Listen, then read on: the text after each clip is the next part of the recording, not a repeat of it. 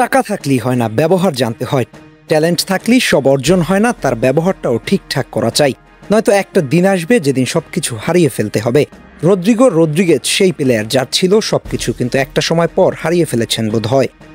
আর এই সুযোগে নিকো পাচ মাথা চারা দিয়ে উঠেছেন। তার মানে কি ব্রাজিলিয়ানরা এভাবেই হারাবে আর আর্জেন্টাইনরা নাম কামাবে?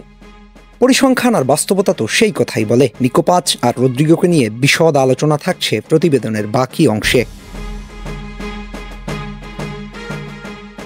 রদ্রিগোর মার্কেট ভ্যালু 100 মিলিয়ন, গেল সিজনে গোল সংখ্যা মাত্র 6। অন্যদিকে নিকো পাচ গোল করেছেন 8টি, তার কিন্তু দাম 40 মিলিয়ন। ঠাহর করতে পারছেন তো দুই পক্ষের মধ্যে দাম ও মানের কত তফাৎ? তার চেয়ে অবাক করা বিষয় হলো রদ্রিগোর প্রতি রিয়ালের চাহিদা আকাশচুম্বী। একে তো রিয়াল খেলাতে পারছে না, দ্বিতীয়ত দামও কমাচ্ছে না। দুই দিকেই রিয়ালের অবস্থা 100-100।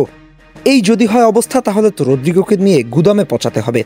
তা না হয় মাদ্রিদ করলো, কিন্তু নিকো পাচ তার তো আরও বড় স্থানে যাওয়ার কথা, যেখানে গেলে যোগ্য দাম এবং মান দুইটাই পাবেন। কিন্তু মাদ্রিদ তাকে নিয়ে মিস ম্যানেজমেন্ট অ্যাপ্লাই করছে। যেখানে তার থাকার কথা মাদ্রিদে, সেখানে তাকে কোমোর মতো একটা ক্লাবে ফেলে রেখেছে। অথচ তিনি কোমোতে নিজের সেরাটা দিতে পারছে না টিমের কারণে। আরও ভালো দল হলে ভালো পারফর্ম করতে পারত। যেই দলে খেলে রদ্রিগো চালিয়ে নেওয়ার মতো পারফর্ম করছে, সেই দল পেলে সুপার পারফর্ম করতে পারতেন নিকো পাচ। কোমোর মতো দলেই গেল সিজনে 14 গোলে অবদান রেখেছে। মাদ্রিদের হলে তো আরও বেশি করতে পারতেন। মাদ্রিদের যে বাজে অবস্থা, তাতে নিকো পাচকে আবারও ফিরিয়ে আনা উচিত, কারণ অ্যাটাকিং মিড হিসেবে দুর্দান্ত চেয়স নিকো পাচ।